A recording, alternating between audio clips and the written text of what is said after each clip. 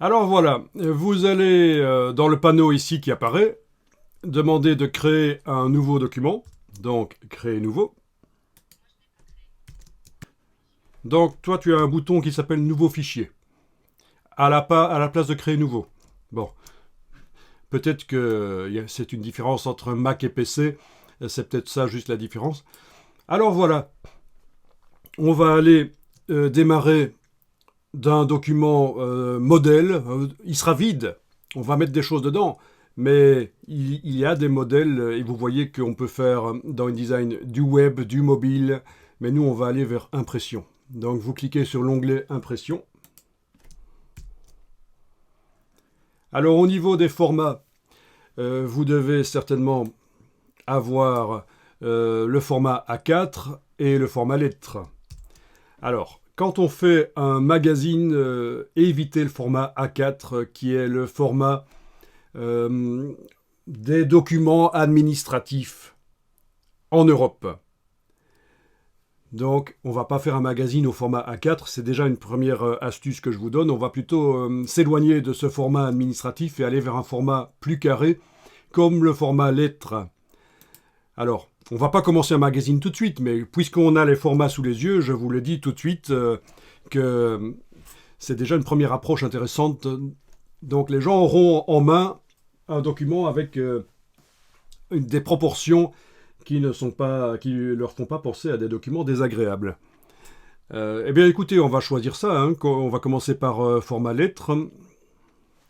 C'est pas tout. On va regarder un peu dans le reste de la boîte. Alors, au niveau de l'orientation, bon, je vais prendre vertical ici. Le nombre de pages peut être modifié bien sûr par la suite. Le fait que ce soit un document en vis-à-vis, donc recto-verso, il y a des pages de gauche, des pages de droite, c'est ça que ça veut dire. On peut le changer après aussi, mais je vais quand même le décocher ici. Décochons-le pour la simplification de l'explication. Ok. Alors, oui. Alors, dans Illustrator et dans Photoshop, vous avez la possibilité, au moment où vous faites le document, de choisir si le document est RVB ou CMJN. Donc ça, c'est est-ce que les couleurs sont faites par mélange de lumière ou est-ce qu'elles sont faites par mélange d'encre? Dans InDesign, vous n'avez pas ce choix parce qu'en fait, InDesign est capable d'intégrer des images, on peut mettre des couleurs qui sont faites soit par mélange de rouge, vert, bleu, le RVB, soit par mélange de cyan, magenta, jaune, noir, le CMJN. D'accord. Et alors, quelque chose que vous allez apprendre à cette formation et qui va être extrêmement perturbant pour certains qui ont déjà suivi des formations en infographie, et je reviendrai là-dessus à un certain moment, et ceux qui ont suivi la formation Illustrator le savent déjà, lorsque vous faites un document qui est destiné à l'impression sur papier, ne croyez pas ce que certains vous disent que les images doivent être en CMJN. Il vaut mieux, et je sortirai des documents à l'appui pour vous l'expliquer, il vaut mieux faire des documents en RVB, même si au final c'est pour l'impression. C'est ce que Adobe préconise depuis 15 ans.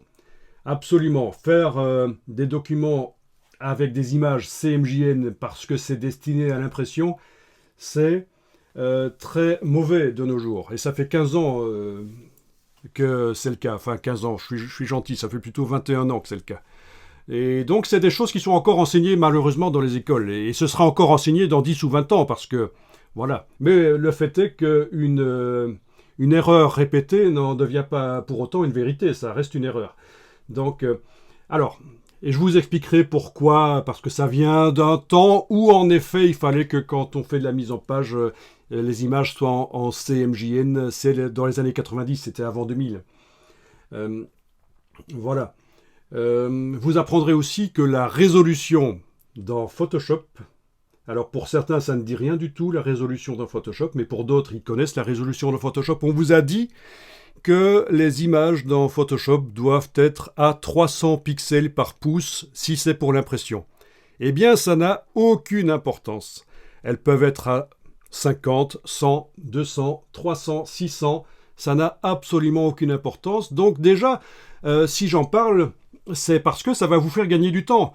Quand vous faites des mises en page, vous n'allez pas devoir vous occuper de la résolution, c'est la densité des pixels en fait, dans Photoshop, le logiciel de photo qui sert à préparer les images. Donc vous n'allez pas devoir vous occuper de ça, contrairement à ce qui est encore enseigné malheureusement dans les écoles.